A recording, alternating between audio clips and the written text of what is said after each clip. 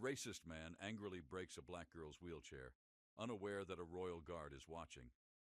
The street was bustling with tourists, cameras flashing, voices overlapping. But amid the cheerful chaos, a cruel moment unfolded. A man, tall and red-faced with anger, loomed over a young black girl in a wheelchair. His voice was sharp, filled with hatred. "People like you always want special treatment," he spat before grabbing the handles of her wheelchair and slamming it onto the pavement. The sharp sound of metal scraping against stone made everyone freeze. The girl gasped as she fell, her hands scraping against the cold ground. She looked up, terrified, but he just laughed. But what he didn't realize was that someone else was watching. Someone who didn't move, didn't flinch, but saw everything. A royal guard. If you think guards just stand there, silent and unshaken, waiting for orders, you have no idea what's coming next. Stay till the end. Because what this guard did next shocked the entire crowd. The girl's breathing was shaky as she tried to push herself up. The man turned away, chuckling as if he'd done nothing wrong. But before he could take another step, a sharp, authoritative voice cut through the air. "You there! Stay where you are!" The crowd turned, eyes widening. The royal guard, motionless just seconds ago, was now walking toward the man. His boots echoed against the ground, slow, deliberate, deadly. Guards were known for their silence, their discipline, but this one had seen enough. The racist man scoffed, raising his hands mockingly. "Oh, what now? Gonna stand there and do nothing like always?" But the guard didn't stop. He kept walking, each step heavier than the last. And then, when he was just a foot away, he did something that made everyone's jaw drop. The air grew tense. The man's smirk faltered as the royal guard reached for his sword. The polished steel glinted under the afternoon sun as he unsheathed it in one swift motion. The crowd gasped. Royal guards never break formation. They never react. But this one just did. The man stumbled back, suddenly realizing that this wasn't a game anymore.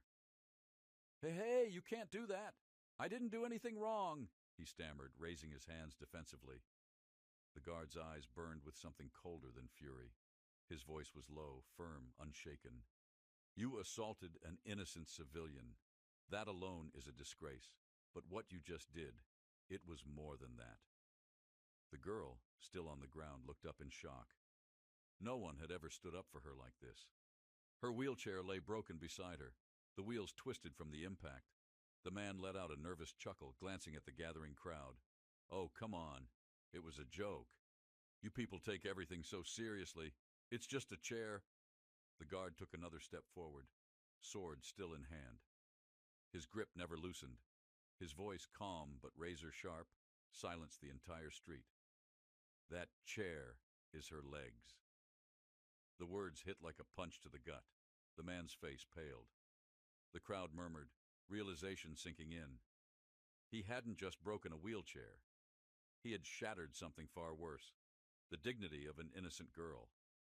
But this was just the beginning, because the royal guard wasn't done yet. The man swallowed hard, his confidence crumbling under the weight of the guard's piercing gaze. The crowd had fallen into complete silence, eyes darting between the broken wheelchair, the trembling girl, and the soldier who stood like an immovable force. The guard finally lowered his sword, but he didn't sheath it. Instead, he turned his head slightly, scanning the street. "Someone, fetch the authorities, now." His voice wasn't loud, but it carried enough authority to make people scramble into action. The man's arrogance turned into desperation. "Wait, no, listen, I didn't mean—" But the guard wasn't interested in his excuses. His next words cut deeper than any blade. "You walk freely with working legs, yet you trample on those who don't. That tells me everything I need to know about you." A few in the crowd muttered in agreement. The shift was clear. Sympathy had vanished. The same people who might have laughed along with the man just moments ago now looked at him with disgust. He had made himself the villain. The girl blinked rapidly, her hands still trembling on the cold pavement. For so long she had been used to swallowing her pain, to pretending moments like these didn't matter. But now, for the first time, someone had stepped forward. Not just anyone. A royal guard. someone trained to stand still and ignore the world. Yet today, he had chosen to act. And then, the moment that no one expected happened. The guard did something no one had ever seen before. He broke protocol. He knelt. Royal guards never lower themselves, but this one did, right in front of her. The racist man took a step back, panic flashing in his eyes. The crowd leaned in. Everyone could feel it. Something bigger was coming. The world seemed to pause. The royal guard, a figure of unwavering discipline, knelt before the girl, not as a soldier, but as a human being. The weight of the moment crushed the air around them. This wasn't just defiance of protocol. This was a statement. The racist man's face twisted with disbelief. "What the hell are you doing?" His voice cracked with panic. He could feel the shift, the way the crowd was turning against him.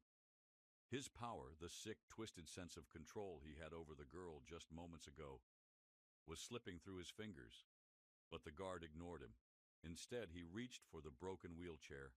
With steady hands, he inspected the damage.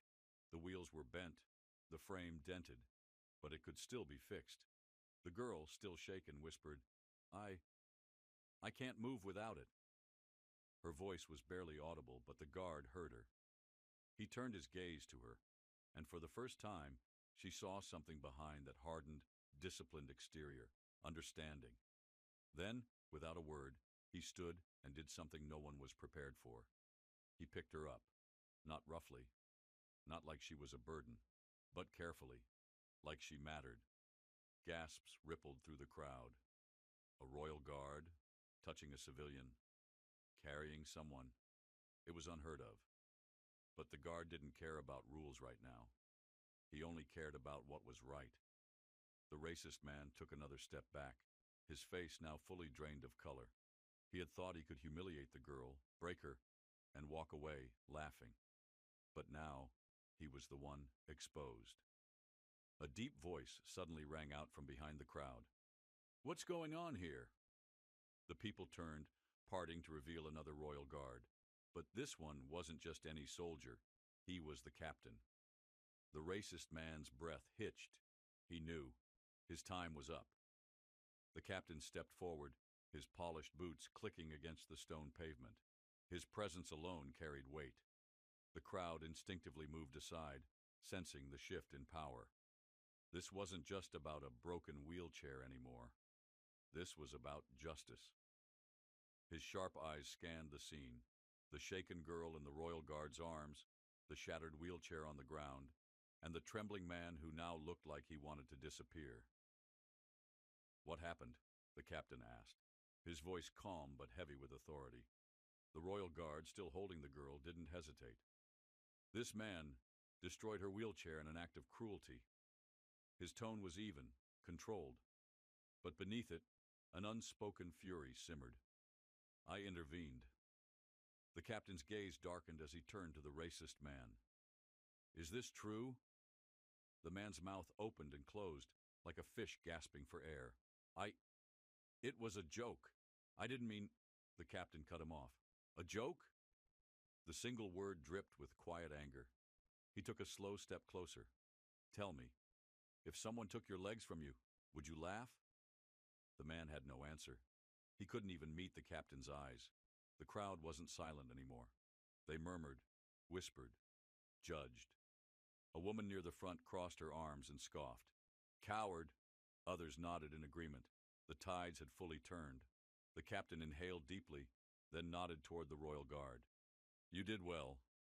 His gaze softened slightly as it landed on the girl. "And you? Don't worry. We'll make sure you have what you need." Then he turned back to the racist man. His expression hardened. "As for you—" Before he could finish, two officers pushed through the crowd. They had arrived, and they were here for him. The man panicked, stumbling back. "No, wait, you can't—" But the captain didn't waver. "You will answer for what you've done." The officers seized him. He thrashed, desperate to escape, but it was useless. The people watching weren't on his side anymore. No one was. And as they dragged him away, the royal guard finally turned to the girl and said, "You are not alone." But what happened next, no one saw coming.